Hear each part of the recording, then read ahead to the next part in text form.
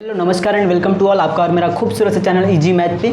मेरा नाम पवन सनरिंग है और जैसा कि आप लोग जानते हैं कि इस चैनल के माध्यम से हम आप लोगों को मैथ के बारे में जानकारी देते हैं। ठीक है, आज हम लोग पढ़ेंगे मैट्रिक्स का लेक्चर नंबर 6 और उसमें हम लोग बात करेंगे एलिमेंट्री ऑपरेशन के हम लोग ट्रांसफॉर्मेशन भी बोलते हैं, एलिमेंट्री ऑपरेशन ऑफ मैट्रिक्स के बारे में। ठीक है, तो एलिमेंट्री ऑपरेशन ऐसे 3 प्रकार के होता है, मेनली 3 प्रकार के होता है, लेकिन वो जो 3 प्रकार के होता है वो रो पे भी अप्लीकेबल है और कॉलम पे भी अप्लीकेबल है। ठीक है, मतलब दोनों पे लागू होगा, तो इसलिए मतलब 6 टाइप बोल देते हैं लोग, लेकिन होता है रियली में 3 ही प्रकार के। ठीक है, तो हम लोग चर्चा करते हैं कि कौन कौन सा मेथड होता है एलिमेंट्री ऑपरेशन का। एक तरीका है कि आप ना ऐसे करके यूज करके कैलकुलेशन कर सकते हैं। एक प्रकार का एलिमेंट्री ऑपरेशन जो है एक कैलकुलेशन है, एक तरीका है, एक मेथड है। ठीक है, अब आपके माइंड में आ रहा होगा कि एलिमेंट्री ऑपरेशन की पढ़ने की ज़रूरत क्या है। तो इसके बाद वाला जो एक टॉपिक है ए इनवर्स के बारे में पढ़ना है। तो ए इनवर्स के निकालने के लिए हम लोग को एलिमेंट्री ऑपरेशन की ज़रूरत पड़ती है, क्योंकि आपसे क्वेश्चन नहीं पूछा जाएगा कि आप किसी भी मैट्रिक्स का उसका इन्वर्स निकालिए एलिमेंट्री मेथड से, तो इसलिए एलिमेंट्री ऑपरेशन की पढ़ने की जरूरत होती है। जैसे कि देखिए, कोई ए बराबर कुछ इस प्रकार मैट्रिक्स होता है ना, कोई मैट्रिक्स को हम लोग ऐसे डिनोट करते हैं। तो आपसे क्वेश्चन पूछा जाएगा कि ए बराबर 2 4 5 3 है इस प्रकार, तो आप मेरे को ना A inverse is equal to what आप निकाल के बताइए। ठीक है, इस तरीका से आपसे क्वेश्चन पूछा जाएगा और ए इनवर्स निकालने के लिए हम लोग एलिमेंट्री ऑपरेशन के बारे में पढ़ते हैं। ठीक है, अभी समझाएंगे क्यों पढ़ते हैं और कैसे इसका यूज होता है। अभी तुरंत अभी खाली ये समझ देखिए कि एलिमेंट्री ऑपरेशन का पहला तरीका ये है कि कोई भी मैट्रिक्स का 2 4 5 3 अगर ए बराबर है तो पहला मेथड ये होता है, पहला रूल ये है एलिमेंट्री ऑपरेशन का पहला तरीका ये है कि आप ना जैसे एक R1 ही है और ये R2 है। ठीक है, ये R1 है और ये R2 है। R1 R2 तो आपको पहचानने आता है। तो पहला तरीका ये कहता है कि आप ना इस मैट्रिक्स का R1 और R2 को आपस में एक्सचेंज कर सकते हैं। क्यों करेंगे ये भी हम बताएंगे, अभी सब्र कीजिए थोड़ा, ये चीज़ भी हम बताएंगे क्यों करने की ज़रूरत है, हम लोग क्यों करेंगे उसको, वो पता चल जाएगा आपको और अभी बताएंगे भी। ठीक है, तो पहला तरीका ये कहता है कि एलिमेंट्री ऑपरेशन का ये नियम है, ये रूल है कि मैट्रिक्स के अंदर जो भी एलिमेंट होता है, एक रो 1 में और दूसरा रो 1 में, तो आप R1 और R2 को एक्सचेंज कर सकते हैं। कोई ज़रूर नहीं, इसमें 2 मतलब 2 रो है इसीलिए R1 R2 को एक्सचेंज किए। अगर R3 कहीं पे रहता, मान लीजिए कि 4 6 इस प्रकार से रहता, तो आप ना क्या करते कि इस प्रकार से तो R1 को R3 से भी एक्सचेंज कर सकते थे। ठीक है, आप बात पकड़ में आ गई। ये पहला तरीका कहता है एलिमेंट्री ऑपरेशन का पहला तरीका ये बताया जाता है। ठीक है, चलिए अभी क्यों करेंगे हम अभी आपको सिखाते हैं, नहीं तो लीजिए सीख लीजिए, अभी सीख लीजिए, अगर ज़्यादा आपको जल्दी है तो सीख लीजिए।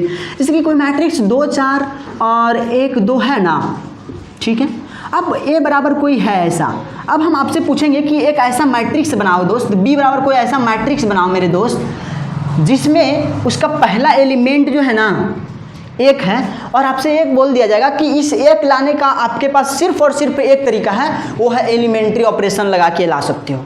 बाकी आपके पास कोई दूसरा उपाय नहीं है, एक ही उपाय है कि आप एलिमेंट्री ऑपरेशन में 3 गो तरीका होता है, उसी तीनों तरीका में से किसी एक तरीका से आपको वहाँ पे 1 लाना है।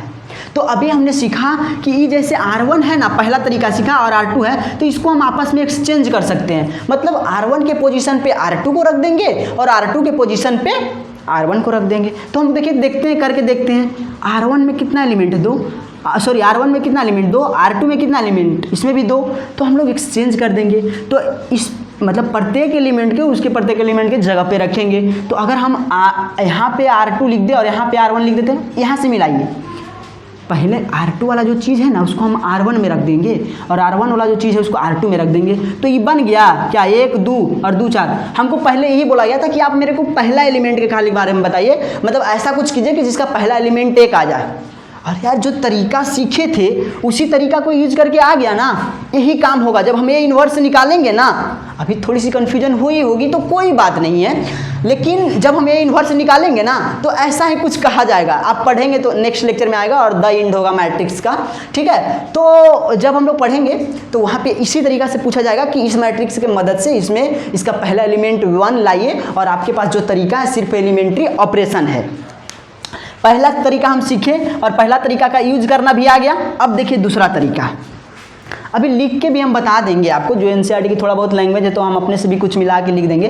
पहला तरीका आपसे ये कि आप अच्छा रो 1 पे हम ट्राई किए, लेकिन आप कॉलम 1 और कॉलम 2 को भी चेंज कर सकते हैं, ठीक है। मतलब ये चीज़ जो है ना कॉलम 1 और कॉलम 2 पे भी चेंज करेंगे। अरे ये भी बता दे लो भाई, जैसे कि यहाँ पे रहता है 1 2, यहाँ पे 2 3 है, और हमको दूसरा कोई मैट्रिक्स बनाना था, ए बराबर कुछ था, बी बराबर कुछ था, ठीक है। और इसमें हमको बी वाला कोई मैट्रिक्स बनाना था जिसमें हमको पहला एलिमेंट 1 चाहिए था। ये हम बोल रहे हैं आपसे कि पहला एलिमेंट हमको 1 ला के बताइए, ठीक है। चाहे तो आपसे बुक बोलेगी, ठीक है। तो इसको 1 लाने का तरीका आपको बस सिर्फ है, ऊपर में लिख दिया जाएगा कि आप एलिमेंट्री ऑपरेशन से ही कर सकते हैं, ठीक है। तो आपको क्या करना है, R1 से करके तो ले लाए थे, अब हम बोले कि इस पे भी ये तरीका एप्लीकेबल है, तो आप इसको भी एक्सचेंज कर, हाँ लेकिन जब करेंगे ना तो आप यहाँ पे लिख दीजिएगा कि C1 को C2 से हम लोग एक्सचेंज किए, ठीक है ना। ऊपर में लिख दीजिएगा, थोड़ा सा क्या दिक्कत है। तो C1 को C2 से एक्सचेंज करेंगे तो C1 के जगह पर C2 को रख देते। अरे यार इसको कॉलम बोलते हैं, कॉलम 1 कॉलम 2, ये तो पता है ना। तो अब एक्सचेंज करेंगे तो 1 2 और 2 3, देखिए इसके पोजीशन पे 1 आ गया ना। तो यही तरीका है खाली पहला। अब आइए दूसरा पे हम लोग आते हैं, ठीक है। समझ में आ गया होगा, बहुत अच्छा से आया होगा, हमको विश्वास है आप पे, ठीक है। दूसरा तरीका ये कहता है कि आर आई है, अरे ये आई और जे जो है ना वो रो 1 रो 2 जो बोल रहे थे ना वही संख्या बता रहा है कि पहला रो 1 पहला 2, तो आई जो है पहला को और जे दूसरा तीसरा कुछ भी हो सकता है तो उसको बतलाएगा, ठीक है। यहाँ पे आई और जे नंबर ऑफ रो और नंबर ऑफ कॉलम को नहीं, यहाँ से कन्फ्यूजन नहीं होना है। जब हम पढ़ा रहे थे ऑर्डर लिखने का तरीका तो उसमें आई क्रॉस जे के बारे में बताए थे कि आई जो है नंबर ऑफ रो को बतलाता है और जे जो है नंबर ऑफ कॉलम को बतलाता है, बट यहाँ वैसा सिचुएशन नहीं है, यहाँ पे ये दोनों डिजिट को बतलाएगा, अलग अलग डिजिट को, ठीक। अब हम लोग दूसरा तरीका पे करेंगे, जैसे कि 2 4 5 3 फिर से ही लेते हैं, ए बराबर और बी बराबर है, ठीक है। और हम आपसे फिर से बोलते हैं, हम आपसे अगर अभी आपसे ये बोले कि यहाँ पे लाना है 1 ही, अभी भी हम आपसे बोलते हैं कि 1 लाना है, तो देखिए पहला तरीका अगर हम सोचेंगे कि अगर हम इन दोनों को एक्सचेंज करने तब भी उपाय बन रहा है, उपाय नहीं बन रहा है। अगर हम चेंज भी कर देंगे तो इसके पोजीशन पे 5 आ जाएगा। थोड़ा सोचिए, थोड़ा सा दिमाग लगाइए। तो अभी बोले कि आप एक तरीका है कि आप एक्सचेंज करके ला सकते हैं, तो वहाँ एक्सचेंज इसलिए किया क्योंकि इसके जगह पर 1 था तो एक्सचेंज करने पे आ जा रहा था, लेकिन जब ये यहाँ एक्सचेंज करते हैं तो यहाँ पे 5 आ जाएगा, तो ये काम तो बन नहीं रहा है, इसीलिए दूसरा तरीका पढ़ने की जरूरत पड़ी। और दूसरा तरीका में ये कहता है कि उसके साथ कुछ भी कांस्टेंट टर्म नॉन जीरो को छोड़कर, नॉन जीरो कहने का मतलब हुआ है कि जीरो के बराबर नहीं होना चाहिए कोई भी कांस्टेंट, ठीक है। नॉन जीरो कहने का मतलब क्या है कि कोई भी कांस्टेंट जो होता है वो जीरो के बराबर नहीं होना चाहिए। तो अब कह रहा है दूसरा तरीका में कि आप ना उसी रो में कुछ भी चीज़ से मल्टीप्लाई करके आप ला सकते हैं, जैसे 2 और 4 है ना भाई, तो इस रो में पूरा कुछ आपको जो माइंड में लग रहा है, आपको क्या लग रहा है कि 2 में ऐसा क्या गुना करे कि 1 आ जाएगा, 2 में ऐसा क्या गुना करे कि 1 आ जाएगा। आपके माइंड अब तक सोच लिया होगा कि 1/2 से गुना करेंगे तो 1 आ जाएगा। तो आप ना इसको ऐसे लिख सकते हैं, R1 में गुना कर रहे हैं तो 1/2 इंटू R1 लिख सकते हैं। यही बोला है कि RI को KRI लिख के आप बना सकते हैं। आपसे क्वेश्चन पूछा जाएगा कि B को एक ऐसा मैट्रिक्स बनाइए जिसका पहला एलिमेंट 1 होगा, ये आपसे पूछा जाएगा, अभी घबराइए नहीं, अभी डायरेक्ट समझा रहे इसलिए ना, लेकिन आपसे पूछा जाएगा, टेंशन नहीं लीजिए, आ रही है उसकी बारी, ठीक है। तो अभी हमको आइडिया लगा कि 2 में अगर 1/2 से गुना करेंगे ना तो ये कुछ काम बन जाएगा और यहाँ पे 1 आ जाएगा। क्यों? क्योंकि 2 इंटू 1/2 कितना होता है 1, और यही तो 1 लाना था। तो दूसरा तरीका यही कहता है कि RI को KRI कर सकते हैं, जहां पे K जो होना चाहिए डज नॉट इक्वल टू 0 होना चाहिए, नॉन जीरो एलिमेंट होना चाहिए, ठीक है। तो दूसरा तरीका ये हो गया। अब तीसरा पे हम लोग आते हैं। 2 तरीका आप सीख गए, तीसरा तरीका क्या कहता है कि RI को आप लिख सकते हैं RI प्लस KRJ। अब देखिए कैसे बनता है काम। आप ना क्या करिए, कोई मैट्रिक्स इस प्रकार से लेते हैं, उग नहीं रहा, तो मेथड इसलिए हो जाएगा क्योंकि RI को हमको 5 लाना है और यहाँ पे 2 ही है। तो अब हमको इन दोनों के मतलब मदद से RI प्लस KRJ के मदद से कैसे यूज करेंगे वो अभी सीखिए। तो RI के जगह पर हम लोग इसको इस मदद से लाएंगे, RI प्लस KRJ, उम्मीद करते हैं दिख रहा होगा, देखिए ऊपर में लिखते हैं RI प्लस KRJ के मदद से लाएंगे, ठीक है। तो RI इसको बोल रहा है और RJ जो होगा इधर वाला होगा, नीचे वाला कोई होगा, ठीक है। ई आर आई यानी आर आई मतलब आर पहला वाला आर, ठीक है, पहला वाला रो आई दूसरा वाला रो, ठीक है। तो ई आई बराबर 1 और जे बराबर 2 हो गया। हम अभी बताएं कि वो नंबर आई और जे जो है नंबर को बता रहा है, ठीक है ना। तो अभी हम बता रहे हैं कि अगर हमको 5 लाना है, इसका कोई हमसे क्वेश्चन पूछा कि एक ऐसा मैट्रिक्स बनाइए जिसको एलिमेंट्री मेथड से उसका पहला एलिमेंट आप मतलब उसका आर आई का जो पहला एलिमेंट होगा वो 5 होना चाहिए। तो देखिए क्या तरीका है, इस तरीका से कर सकते हैं। आर आई की जगह पर +2, अरे आर आई का जो पहला एलिमेंट है वो 2 है ना भाई, और इसमें देखिए आर जे का जो पहला एलिमेंट है ना, मतलब दूसरा रो वाला जो पहला एलिमेंट है वो 1 है। तो 2 1 अगर हम जोड़ रहे हैं, 2 1 अगर जोड़ रहे हैं तो 3 ही हो रहा है, लेकिन हमको लाना कितना है, 5 लाना है, ठीक है। अरे ये आपसे पूछा जाएगा, अभी घबराइए नहीं, ये 5 है मतलब कि 5 लाना है, तो हमको यहाँ पे क्या करना पड़ेगा, सोचिए क्या करना पड़ेगा। ये 2 है, अगर हम इसको 3 से मल्टीप्लाई कर दें तो 3 और 2 अब 5 हो गया। तो यही कह रहा है, देखिए के की जगह पर 3 ले लिए, आर जे की जगह पर तो 1 है ही, आर जे वाला एलिमेंट है ना, और आर आई वाला तो 2 है ही। तो ये फार्मूला इस तरीका से यूज होता है, ठीक है। तो यही 3 तरीका आपको हमने तीनों तरीका बताया है, ठीक है। अभी लिख देते हैं कुछ लाइनिंग में, जैसा कि लिखा जाता है एनसीईआरटी में कुछ लिखा होगा, और उसमें से मतलब कुछ हम भी ऐड करके लिखते हैं ताकि आप और अच्छा तरीका से समझ पाओ। ऐसे हम बोले थे कि ज़्यादा डायरेक्ट मतलब कॉन्सेप्ट को समझें, और अगर कॉन्सेप्ट आपको पूरा अच्छे तरीक़े से समझ में आ जाएगा तो आप क्वेश्चन बिल्कुल आसानी पूर्वक कर पाएंगे। एलिमेंट्री ऑपरेशन का यूज जो होगा मेरे दोस्त वो क्या होगा, किसी भी मैट्रिक्स का इन्वर्स निकालने के लिए होगा, ठीक है। ठीक है, जैसे पहला रूल आपको कह रहा होगा, एनसीईआरटी में अगर देखेंगे तो इस प्रकार लिख रहा होगा, एलिमेंट्री ऑपरेशन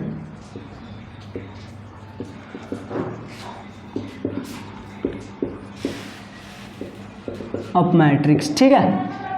तो पहला आपका क्या कह रहा होगा कि द इंटरचेंज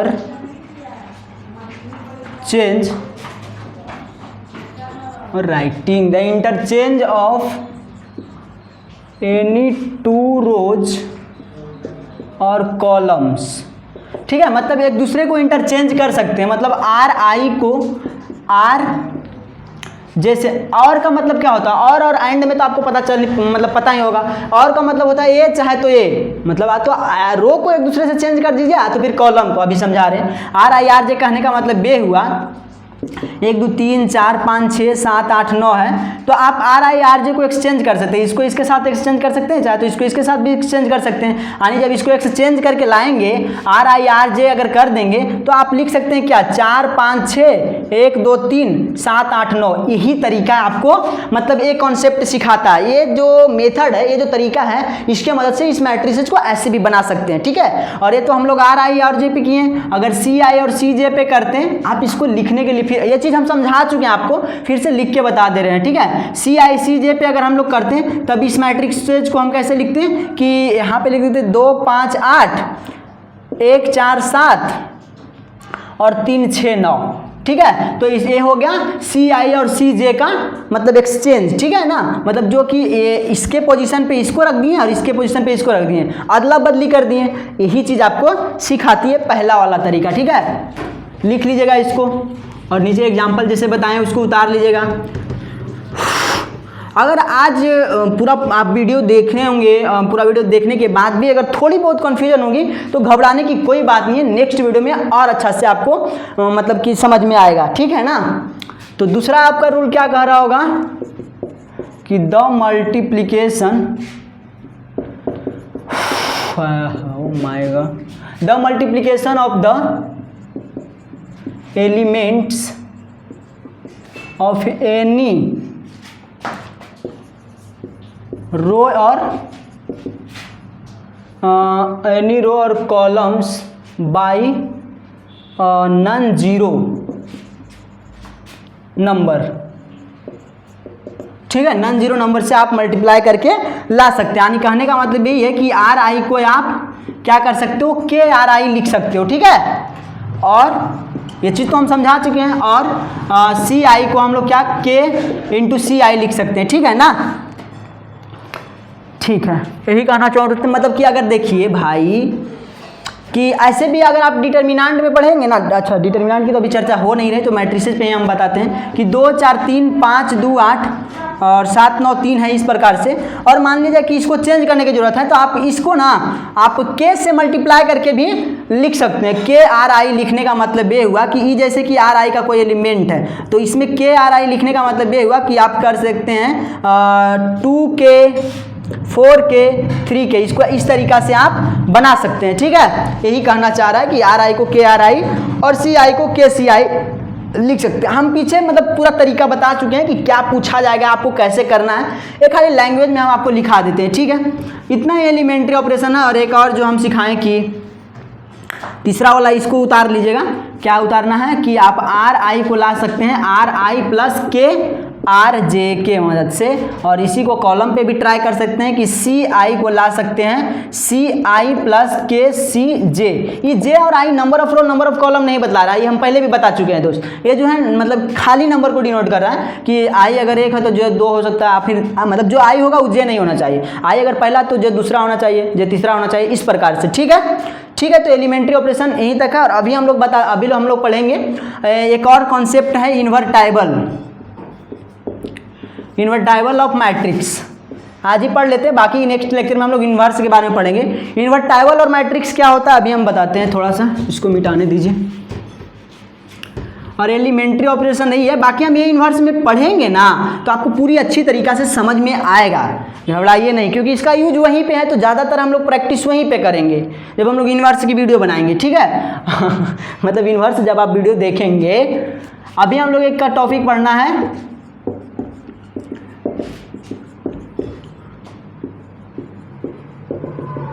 ये इन्वर्टाइबल जो आया है इन्वर्स से बन के आया है। इन्वर्स का मतलब क्या होता है, अपोजिट, उल्टा। जैसे हम आपसे पूछे कि 2 का इन्वर्स बताइए तो सोचिए, बताइए, बता पाएंगे? ओह सोच रही है, बहुत लोग सोच रहे हैं कि 2 का इन्वर्स 1/2 होता है, यानी 2 का उल्टा 1/2 है। तो अब ये भी सोचिए कि 1/2 का इन्वर्स क्या होगा, अरे इसका उल्टा ये तो इसका उल्टा ये होगा, तो 4 का उल्टा कितना 1/4। ठीक है, 2/3 का उल्टा कितना 3/2। ये तो समझ में आ रहा होगा। तो इन्वर्स से ही बना है इन्वर्टाइबल। अब देखिए एक चीज़ और यहाँ से सीखने वाली बात ये है कि जैसे 2 का उल्टा 1/2 है और यदि हम इन दोनों को मल्टीप्लाई करेंगे ना तो बराबर के 1 आ जाएगा। आप देख लीजिए, तो कोई भी 2 मतलब कि वैसे एक कोई चीज़ है जैसे 2 है और इसका उल्टा से इसमें मल्टीप्लाई करेंगे, इसके उल्टा से इसमें मल्टीप्लाई करेंगे तो इसका वैल्यू 1 आ जाता है। इसी प्रकार कोई ये मैट्रिक्स है तो इसका इन्वर्स कितना 1/a हो जाएगा। ठीक है, तो यदि इन दोनों को हम लोग मल्टीप्लाई करेंगे तो a इंटू क्या हो जाएगा 1/a और इक्वल टू 1। तो इन्वर्टाइबल मैट्रिक्स उसको बोलेंगे, मतलब 2 ऐसा मैट्रिक्स, 2 अलग अलग ऐसा मैट्रिक्स जिसको गुना करने पे वैल्यू 1 के बराबर आ जाए, क्योंकि गुना करने पे इन्वर्स वाला को गुना करेंगे ना तभी 1 के बराबर आ जाएगा। अरे 2 का इन्वर्स 1/2, इसको गुना करेंगे तभी 1 आएगा। तो ये हम लोग रियल नंबर पे ट्राई करें तो आपको पूरा अच्छा से समझ में आ रहा है, हाँ ऐसे ऐसे हो रहा है तो समझ में आ रहा है। लेकिन यदि हम इसको मैट्रिक्स में यूज करेंगे तो थोड़ी सी कन्फ्यूजन हो जाएगी दोस्त। तो कन्फ्यूजन नहीं करना है, समझ लेना है कि 2 ऐसे मैट्रिक्स जिन दोनों को यदि हम गुना करने तो आता है ना मैट्रिक्स का, भाई नहीं आता तो जाके 3rd नंबर लेक्चर देख लीजिए, उसमें क्या है। तो 2 मैट्रिक्स, वैसा 2 मैट्रिक्स जिसको गुना करने पे गुणनफल 1 आ जाए, उसी को हम लोग बोलते हैं क्या, इन्वर्टाइबल ऑफ मैट्रिक्स। और अच्छा कौन सा मैट्रिक्स का वैल्यू 1 होता है, अब तो बता दो, अब बताओ। अगर पिछली वीडियो देख करके आओ तो अब बताओ, आइडेंटिटी मैट्रिक्स हम प्रूव भी किए थे। और आइडेंटिटी मैट्रिक्स का लिखने का तरीका है 1 0 0 1। ठीक है, तो इन्वर्टाइबल मैट्रिक्स इसी को बोलते हैं। ठीक है, अभी कुछ लिख देते हैं, हम लिख देते हैं कुछ इन्वर्टाइबल ऑफ मैट्रिक्स में। नंबर पे भी समझाएं और मैट्रिक्स के बारे में भी समझाएं। ठीक है, और एक बात ये भी ध्यान रखना है कि इन्वर्टाइबल मैट्रिक्स वही होगा जो कि एक स्क्वायर मैट्रिक्स होना चाहिए। ठीक है, तभी जब हम इन्वर्स को गुना करेंगे ना, क्योंकि गुना करना संभव तो जो स्क्वायर मैट्रिक्स नहीं रहता उसका भी होता है, लेकिन यहाँ पे है कि यदि हम दोनों को गुना करें, जैसे कि हम बोल रहे थे कि 2 गुने 1/2 कर रहे थे तब भी 1 आ रहा था, और 2 का उल्टा 1/2 है। ठीक है, लेकिन ऐसा स्टाइल में भी 1/2 गुने 2 करेंगे तब भी 1 आना चाहिए। जैसे कि मैट्रिक्स में a dot b equal to b dot a नहीं भी तो होता है, लेकिन इन्वर्टाइबल वही होगा जो कि वैलिड हो, ए डॉट बी और बी डॉट ए वैलिड हो। मतलब इन्वर्टाइबल वही मैट्रिक्स होगा जिसका ए इंटू बी बराबर बी इंटू ए होना चाहिए, ठीक है। तो स्क्वायर मैट्रिक्स में ऐसा पॉसिबल होता है। और ऐसा जान लीजिए ना कि इन्वर्स अगर हम किसी भी मैट्रिक्स का निकालेंगे तो 100% हर हाल में कैसा होना चाहिए, एक स्क्वायर मैट्रिक्स होना चाहिए, ठीक है। ठीक है, अभी थोड़ा कुछ समझा देते हैं। क्या है कि if A is a square matrix of order M and it there exist another square matrix B of the same order M such that A. तो अभी हम समझाए कि A into B equal to B into A होना चाहिए, तभी वह इन्वर्टाइबल होता है। और एक दूसरे के इन्वर्स से यदि हम गुना करते हैं तो किसके बराबर हो जाएगा, 1। और 1 जो है आइडेंटिटी मैट्रिक्स को रिप्रेजेंट करता है। मतलब आइडेंटिटी मैट्रिक्स 1 को रिप्रेजेंट करता है, मतलब उसका वैल्यू 1 होता है। तो कहीं पे 1 है तो उसका मतलब आप आइडेंटिटी मैट्रिक्स दे सकते हैं, रख सकते हैं, ठीक है। अब यहाँ से हमको बताइए कि जैसे कि अगर रहता 2 गुने 3 इज इक्वल टू 1, इस प्रकार से कुछ ऐसा होता तो नहीं है, लेकिन अगर रहता, ठीक है, नहीं तो ऐसा रहता, ठीक है। और नहीं तो यहाँ पे कुछ ऐसा ले लीजिए कि ये है 2 इंटू ए बराबर 1 है। तो क्या ए बराबर आप 2 बराबर 2 बराबर 1/a लिख सकते हैं। और देखिए 1/a का लिखने का दूसरा तरीका है ए इन्वर्स। ए इन्वर्स को हम लोग 1/a लिखते हैं, ठीक है। इसका दूसरा फॉर्म ए इन्वर्स भी लिख सकते हैं, ठीक है ना। तो जैसे कि 2 इंटू ए बराबर 1 है, तो हमने 2 को रखा, ए को उधर भेजा, तो ए इन्वर्स बन गया। और उसी प्रकार अभी हम इस पर समझाते हैं कि जैसे b डॉट ए बराबर 1 है। अरे आई का मतलब 1 ही ना, आइडेंटिटी का मतलब 1 ही, ठीक है। तो यदि हम b बराबर 1/a रखेंगे तो b बराबर a इन्वर्स हो गया मेरे दोस्त। तो वही कह रहा है कि देन यदि ए फॉर्म आ गया, ए फॉर्म मतलब एक फार्मूला हो गया कि ए बी इक्वल टू आई, आपको याद रखना है, ठीक है। तो अब यहाँ से आप ये बोल सकते हैं कि then b is called the inverse of A. अरे यार a का इन्वर्स है ना b, जैसे b a का इन्वर्स बराबर b आया है, ये तो अभी हम प्रूव किए ना, b बराबर a इन्वर्स। कनेक्शन समझ में आया। b का a इन्वर्स है, आप तो फिर a का b इन्वर्स ऐसे भी लिख सकते हैं, इसको लिख सकते हैं ना। समझ में तो आ ही रहा होगा हम क्या कह रहे हैं। अरे यार जैसे a into B is equal to 1 है, तो आप b बराबर 1/a, तो b बराबर क्या, इसी को तो a इन्वर्स बोलते हैं, ठीक है। तो ये कह रहा है b is called the inverse of a। Inverse of a इतना का पूरा का मतलब हुआ कि ये इसके बारे में चर्चा कर रहा है, a के power -1 and denoted by A inverse, ठीक है। मतलब ए इन्वर्स को हम लोग उस तरीका से रिप्रेजेंट करते हैं। In that case A is said to be invertible. इस केस में ही हम एक मैट्रिक्स को बोल सकते हैं कि एक इन्वर्टाइबल मैट्रिक्स है, ठीक है। जैसे हम अभी बताएं कि दो ऐसा मैट्रिक्स लेना है जिसको ए डॉट बी करे तब भी 1 आना चाहिए और बी डॉट ए करे तब भी 1 आना चाहिए। हम ए डॉट बी निकाल देते हैं, आप बी डॉट ए करके निकाल के चेक कीजिएगा, ठीक है। गुना करने का तरीका क्या है, a1 एलिमेंट देंगे तो पहला को इससे गुना करेंगे, 2 2 दूना कितना हो गया, देख लेते हैं 4 2 4 -3, फिर देख लेते हैं -6 + 6 -6 फिर गुना करेंगे 2 -2 आपको गुना करने आता है, इसको सीखने अगर ये चीज़ नहीं है, हम कैसे कर रहे हैं ये चीज़ आपको नहीं पता चल रहा है, तो आप टाइप करें लेक्चर नंबर 3 मैट्रिक्स, ठीक है। पवन संडरिंग साथ में जोड़िएगा तब आएगा। और 2 -2 हो गया, इसके बाद आना चाहिए क्या, -3 + 2 -3 + 4, ठीक है। अब इसको यदि करिएगा तो एक आइडेंटिटी मैट्रिक्स बन जाएगा। देखिए 1 0 0 1 और इसको आइडेंटिटी मैट्रिक्स बोलते हैं और इसके बराबर में 1 होता है, ये हम प्रूफ किए थे, ठीक है। तो हम देखें कि a डॉट बी आ गया कितना 1, आप b डॉट ए निकाल के देखिएगा वो भी 1 आएगा, इसलिए एक प्रकार का क्या हुआ, इन्वर्टाइबल मैट्रिक्स हुआ, ठीक है। अभी कुछ इसमें 1 2 पॉइंट और है वो बता देते हैं, बाकी लेक्चर द एंड होगा।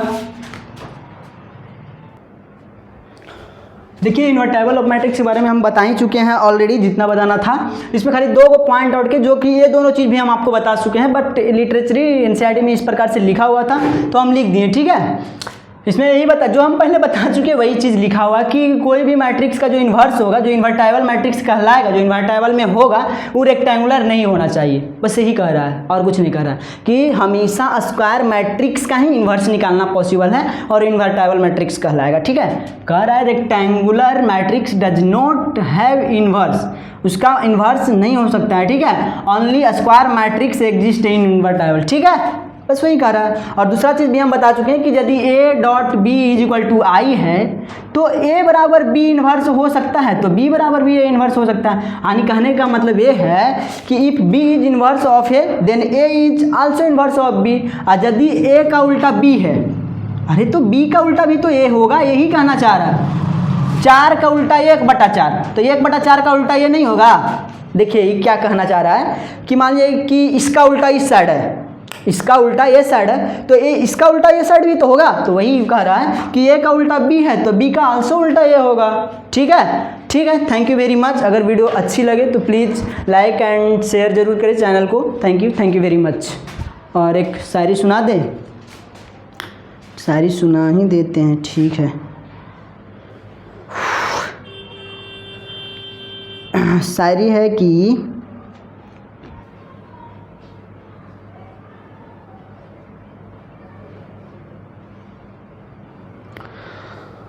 ओह माय गॉड, शायरी कहाँ चल गया। हाँ, तो शायरी इस प्रकार है कि निगाहों में मंजिलें थी गिरे और गिरकर संभलते रहे, निगाहों में मंजिलें थी गिरे और गिरकर संभलते रहे, हवाओं ने बहुत कोशिश की, हवाओं ने बहुत कोशिश की मगर चिराग आंधियों में भी जलते रहे। Thank you very much.